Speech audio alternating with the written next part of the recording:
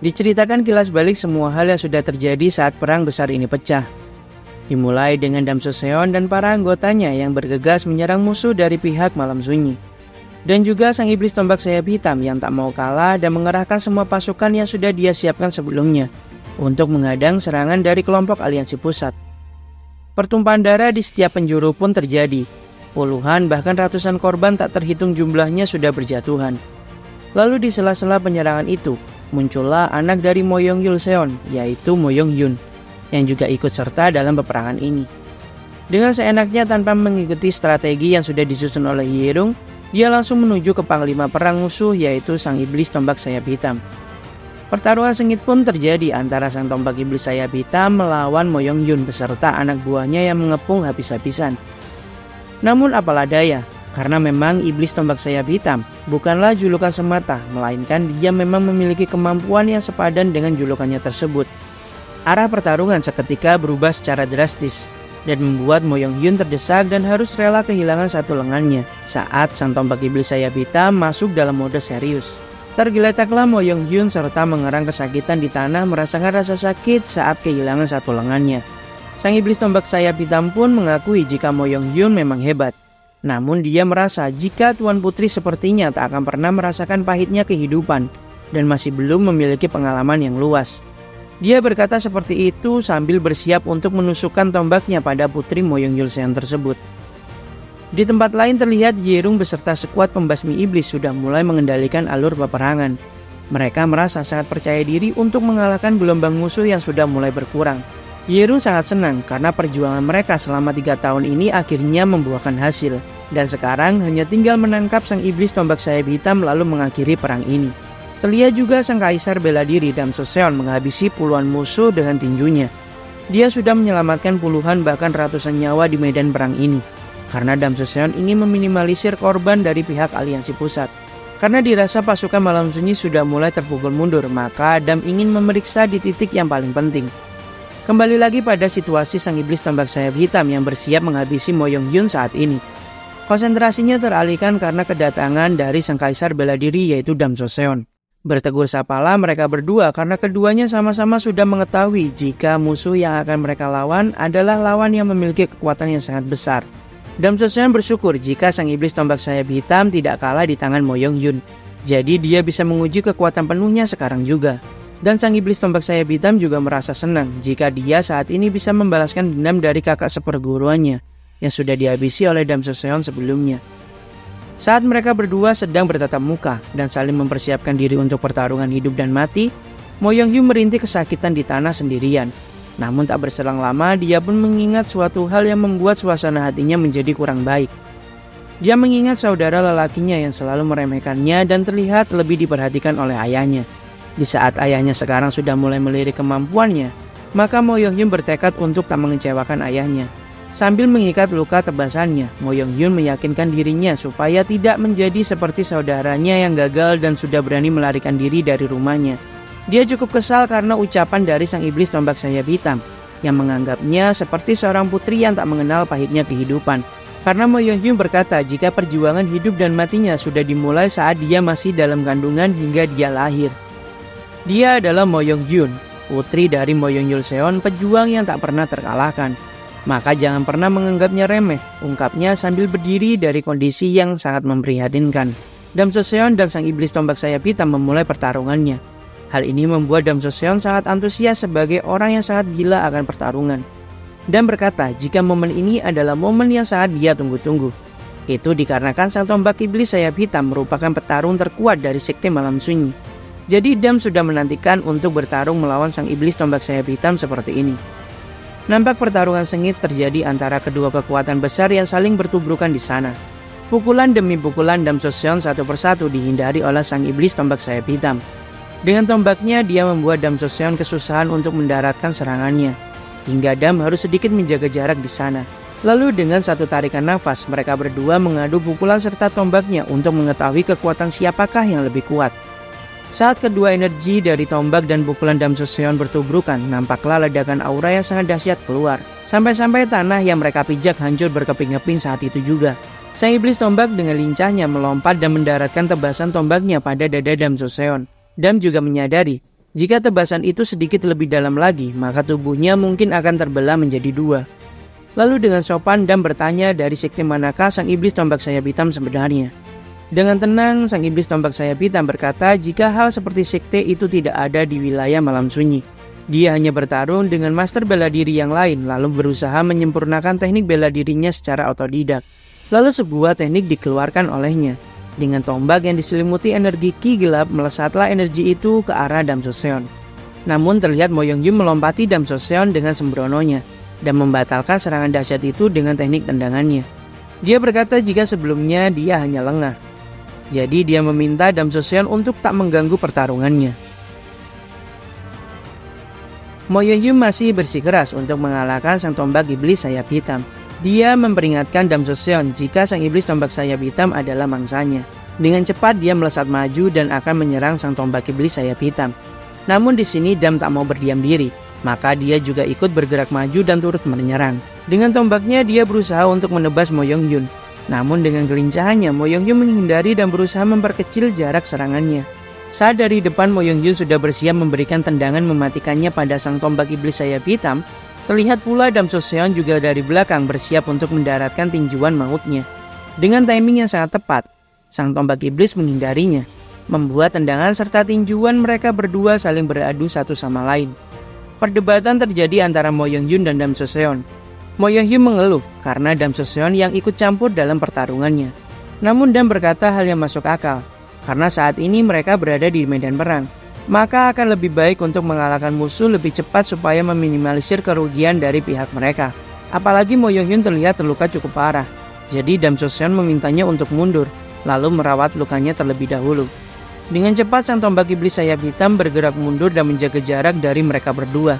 Seakan-akan tak ingin memberikan nafas pada musuhnya, akhirnya pertarungan tiga kekuatan besar pun kembali terjadi dengan sangat cepat.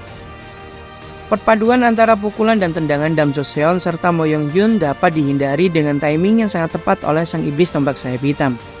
Tak hanya di situ, tebasan dari sang iblis tombak sayap hitam tak kalah mematikan.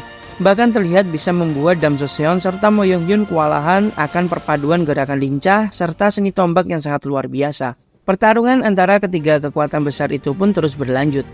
Jual beli serangan pun mereka berikan terhadap masing-masing lawan.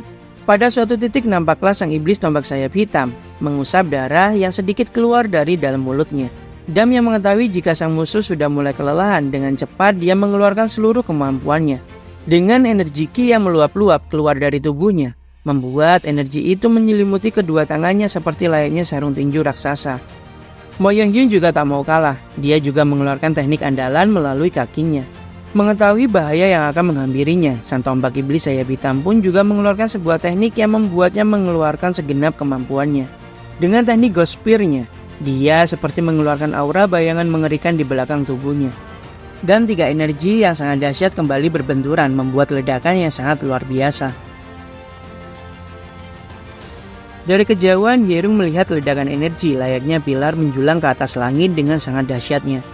Dia mengetahui jika itu pasti pertarungan Dam Joseon kekasih tercintanya melawan pemimpin pasukan sekte malam sunyi sang iblis tombak sayap hitam. Kembali ke lokasi pertarungan Dam Joseon, Mo Yong-hyun melawan sang tombak iblis sayap hitam.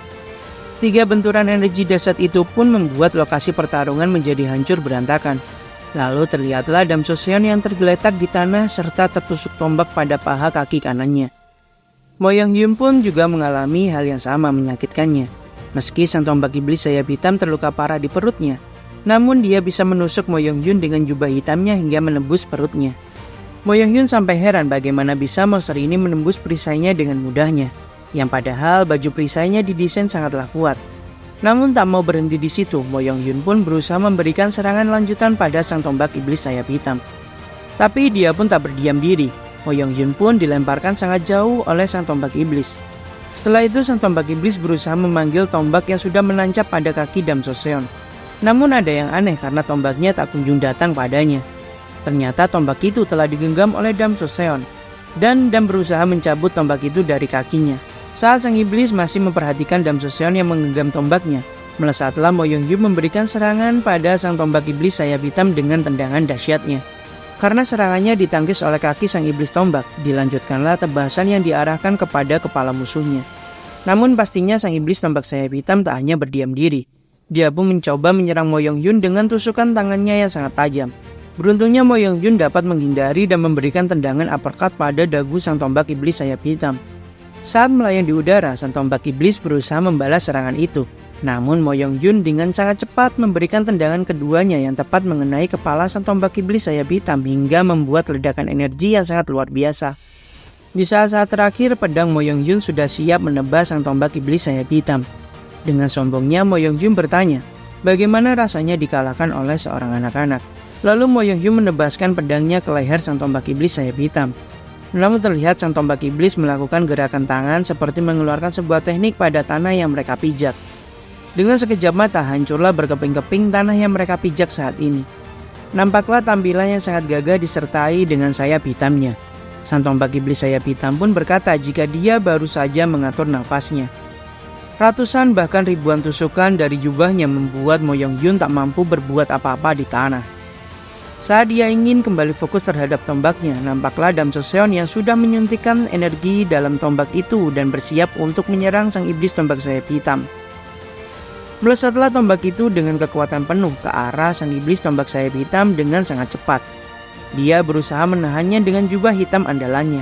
Namun terlihat jika jubah itu tak mampu menahan kekuatan yang sudah ditanamkan Dam Joseon dalam tombak tersebut, dan membuat tombak itu melesat menembus dada dari pemilik tombak itu sendiri, yaitu sang tombak iblis sayap hitam. Dengan tombak yang sudah menancap dalam di dadanya, sang tombak iblis pun merasa kagum karena Dam Joseon bisa membuatnya terluka sangat parah seperti ini. Namun hal yang tak disangka oleh Dam Joseon adalah sang iblis tombak sayap hitam masih berdiri teguh di depannya. Dia bergerak maju perlahan sambil mencabut tombak itu dari dadanya, yang pastinya membuat darah bercucuran dari dadanya. Dam Joseon pun merasakan hal yang sudah lama tak dia rasakan, yaitu rasa ketakutan yang teramat sangat. Kakinya bergetar, hatinya resah dan membuatnya mundur perlahan-lahan karena sosok yang seperti benar-benar mustahil untuk dikalahkan. Namun dia menampar dirinya sendiri untuk menyadarkan jika banyak orang yang bergantung keselamatan padanya. Dia memasang kuda-kuda yang sangat mantap untuk kembali beradu teknik tingkat tinggi dengan sang tombak iblis sayap hitam. Benturan teknik tingkat tinggi kembali lagi terjadi, yang pada akhirnya membuat sang tombak iblis sayap hitam tersungkur mengakui kekalahannya. Dam Joseon sejenak terdiam dan mengakui sebuah kenyataan jika memang benar kemenangannya tidaklah murni, karena ikut campur dari Mo Yong-yun sebelumnya, yang membuat sang tombak iblis sayap hitam mengeluarkan semua kemampuannya hingga terluka. Dan Dam Joseon terbantu dengan hal itu hingga sekarang dia bisa mengalahkan sang musuh. Dan mengakui jika kekuatan sang tombak iblis sayap hitam sangatlah kuat, bahkan melampaui para 9 langit. Jikalau dia memiliki sifat serakah pada dunia, Dam Joseon tak bisa membayangkan kehancuran apa saja yang akan terjadi di dunia ini, ungkapnya dalam hati. Namun yang aneh, mengapa sang tombak iblis sayap hitam hanya mengambil peran sebagai penjaga dari malam sunyi. Padahal dia sangatlah luar biasa kuat, bahkan hanya dia petarung yang bisa menanamkan rasa takut sebegitu mengerikannya. Dan hal itu tak akan pernah Dam Joseon lupakan selamanya. Lalu datanglah Hye-rung menghampiri Dam Joseon. Dia sudah menyangka jika kekasihnya akan menang. Dan dia juga membawa kabar jika semua pasukannya telah menang melawan sisa kelompok malam sunyi. Dan Kapten Simbonle sudah memburu para sisa musuh untuk di bumi hanguskan. Dam Joseon senang mendengar hal itu karena waktu bagi mereka menghidupkan kelompok naga biru yang akan mereka bangun sudah tiba. Dam Joseon merasa khawatir karena sampai akhir pemimpin malam sunyi tak menampakkan diri sama sekali. Hal itu harus segera dia selidiki sebelum bertambah lagi masalah yang akan mereka dapatkan nantinya. Saat Dam Joseon masih merenungkan langkah selanjutnya, nampak tombak terbang melesat di atas kepalanya. Tak sempat dia meraih tombak cepat yang dilemparkan oleh sang tombak iblis sayap hitam ke arah Mo Yong-yun yang sekarat. Dan yang sangat membuat Dam Joseon terpukul adalah Hye-rung berada tepat di jalur tombak yang melesat ke arah Mo Yong-yun. Tentunya tombak itu pun menembus dada Hye-rung yang membuat Dam Joseon mengingat flashback yang sangat mengiris hatinya, tentang dimana kematian orang tercintanya yaitu ibu kandungnya sendiri.